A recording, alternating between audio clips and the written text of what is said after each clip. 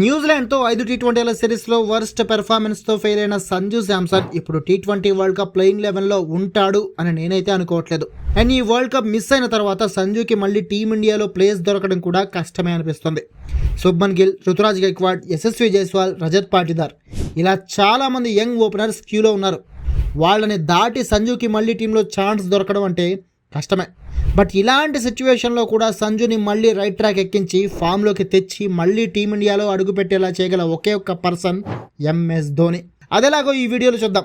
సంజుకి ధోని ఎలా హెల్ప్ చేస్తాడో చెప్పే ముందు ఒక్కసారి సంజు ఈ సిచ్యువేషన్కి దిగజారడానికి కారణం డెఫినెట్గా చెప్పుకోవాలి. 2024లో సంజు ఉన్న ఫామ్కి విరాట్, రోహిత్ కూడా పనికిరారు అనిపించింది. ఎప్పుడో 2015లో టీమిండియాలోకి ఎంట్రీ ఇస్తే దాదాపు 7-8 ఏళ్లలో కేవలం 10 మ్యాచ్లు ఆడించారు సంజుతో. అయినా పోరాడాడు పాపం. ఐపీఎల్లో వరుస సీజన్లలో భారీ స్కోర్లు చేశాడు. సంజు డెడికేషన్ చూసి కోట్ల మంది ఫ్యాన్స్ కూడా మనోడికి అండగా నిలబడ్డారు. అన్నీ ఫలించి 2022 నుంచి కొద్దిగా ఛాన్సులు రావడం మొదలైంది. 2024లో టీ20ల నుంచి రోహిత్ రిటైర్ అవ్వడంతో ఫుల్ ఫ్లెడ్జ్డ్గా టీమిండియా టీ20 స్క్వాడ్లో ఫుల్ టైం ప్లేయర్ అయ్యాడు.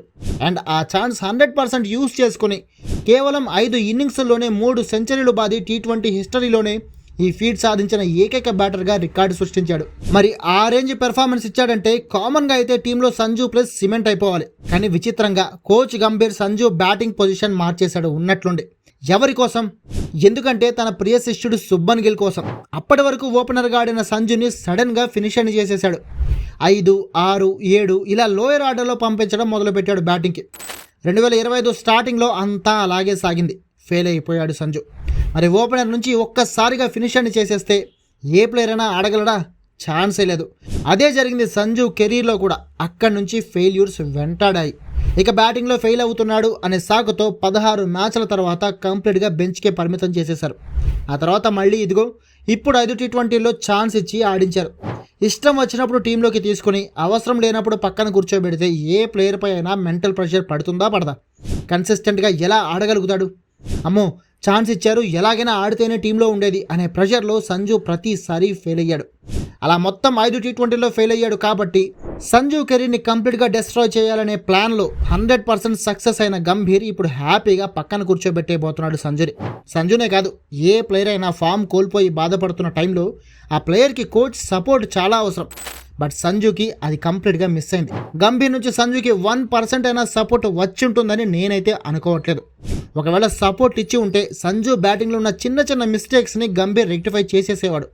అండ్ సంజు మినిమం రన్స్ అయినా చేయగలిగేవాడు. గంభీర్ ఇదేమీ చేయకపోవడంతో సంజుపై ప్రెషర్ పెరిగిపోయింది. అండ్ అన్ని మ్యాచ్లో ఫెయిల్ అయ్యాడు. విచిత్రం ఏంటంటే ఒకప్పుడు సంజుకి ఛాన్స్ ఇవ్వాలని ఎవరైతే పోరాడారో వాళ్ళలోనే చాలామంది ఇప్పుడు సంజుకి వ్యతిరేకంగా ట్రోల్ చేస్తూ ఇక ఛాన్సులు ఇవ్వకూడదని కామెంట్లు పెడుతున్నారు. What a mentality. కోహ్లీ 3 ఏళ్ల పాటు ఫామ్లో లేడు, మరి తీసేయలేదే. రోహిత్ 2 ఏళ్ల పాటు ఫామ్లో లేడు, మరి తీసేయలేదే. మరి సంజు విషయంలోనే ఈ పార్షియాలిటీ ఎందుకు? కేవలం 5 టీ20లో వరుసగా ఫెయిల్ అయినంత మాత్రాన కంప్లీట్గా టీం నుంచి తీసేయాలా? ఇదెక్కడ పార్షియాలిటీ? ఏదేమైనా నా ఒపీనియన్ ప్రకారం గంభీర్ ఆడిన మైండ్ గేమ్కి సంజు శాంసన్ బలయ్యాడు. అండ్ ఇప్పుడు ఈ లోయెస్ట్ పాయింట్ నుంచి సంజు బయటపడాలన్నా, మళ్ళీ ఫామ్లోకి వచ్చి టీమిండియాలో అడుగు పెట్టాలన్నా ఒక ధోనినే సంజుకి దిక్కు. ఎస్, ఏ ధోని వల్ల అయితే సంజు తన ఇనీషియల్ కెరీర్లో టీంలో ప్లేస్ సంపాదించుకోలేకపోయాడో ఆ ధోనినే ఇప్పుడు సంజుని మళ్ళీ టాప్ ప్లేయర్గా మార్చే ఛాన్స్ ఉంది. ఐపీఎల్లో ఈ సీజన్లో సంజు చెన్నై తరపునే ఆడబోతున్నాడు.